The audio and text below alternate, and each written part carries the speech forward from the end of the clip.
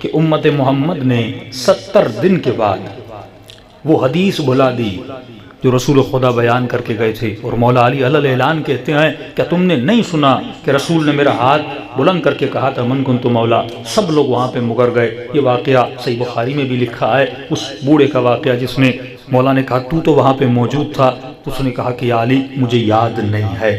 اس وقت مولا نے بد دعا کی کہ اگر تو سچ کہہ رہا ہے تو ٹھیک ہے، لیکن اگر تو جھوٹ بول رہا ہے تو خدا تجھے برس کی بیماری میں مبتلا کرے۔ بس کہنا تھا، وہ مسجد سے باہر نکلا اور برس کی بیماری میں مبتلا ہو گیا۔ ایک ایک صحابی کے در پہ سیدہ خود جاتی ہیں کہ تم نے نہیں سنا تھا کہ میرے بابا نے کیا فرمایا تھا؟ سب کہتے تھے سیدہ ہمیں یاد نہیں ہے۔ یہ کیسا پریشر تھا، یقیناً ماحول ایسا ہوگا۔ لیکن میں نے ایک سوال آپ کے وجود میں رکھا تھا، وہ یہ تھا کہ 13 سال 11 سال بھی خدا نے مکے میں تبلیغ کی۔ یہ بہت سولڈ سوال ہے، آپ کسی سے کر سکتے ہیں۔ مکے والوں نے نبی کو نبی نہیں مانا۔ کس نے مانا؟ مدینے والوں نے۔ دیکھا بھی نہیں ہے رسول خدا کو، خط لکھتے ہیں کہ آپ آ جائیے یہاں پہ حکومت بنائیے، ہم آپ کی مدد کریں گے۔ بھائی رشتہ دار، چچا زاد بھائی سب نے انکار کر دیا، یہاں تک کہ ان کی جان کے پیاسے ہیں، لیکن مدینے والے رسول خدا کو بلا رہے ہیں کہ آپ آئیے۔ ہم نے کہا اس کی وجہ یہ تھی کہ مدینے والے یہودیوں کے ساتھ رہتے تھے۔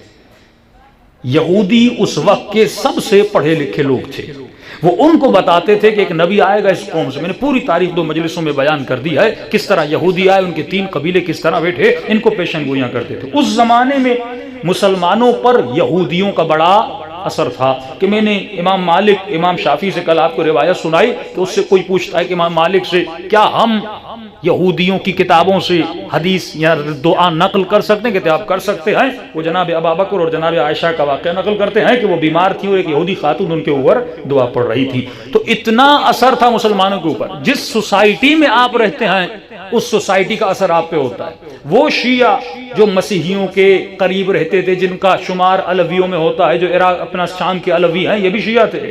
جب منہم العلویون ان کی کتاب ہے، جب آپ پڑھیں گے تمام تر آپ کے وہی امام ہیں، تمام تر آپ کی چیزیں ہیں، لیکن ان میں وہ عمل پایا نہیں جاتا جو آج کے شیعہ میں پایا جاتا ہے، کیونکہ وہ مسیحیوں کے ساتھ رہے تھے۔ مسیحی حرام بھی کھاتے تھے، مسیحی ڈانس بھی کرتے تھے، مسیحی شراب بھی پیتے تھے، مسیحیوں میں بے حیائیاں بھی تھی، لہذا جب اس معاشرے میں رہے ان کا کردار اسی معاشرے کا ہو گیا۔ جیسے ترکی کے مسلمان ہیں، آپ دیکھیں گے زیادہ تر سیکولر سوچ وہاں پہ پائی جاتی ہے۔ لبنان کا زیادہ حصہ اس سیکولر سوچ میں، شیعہ کے علاوہ جتنے بھی اہل سنت ہیں وہاں پہ سیکولر سوچ پائی جاتی ہے، کیونکہ جس معاشرے میں آپ رہتے ہیں اس معاشرے کا اثر آپ پہ ہوتا ہے۔ یہی پاکستان کے مسلمان، جب تک ہم انڈیا کے ساتھ تھے، انڈیا کی کافی رسم و رواج آپ کے اندر انکلوڈ ہو گئی تھی۔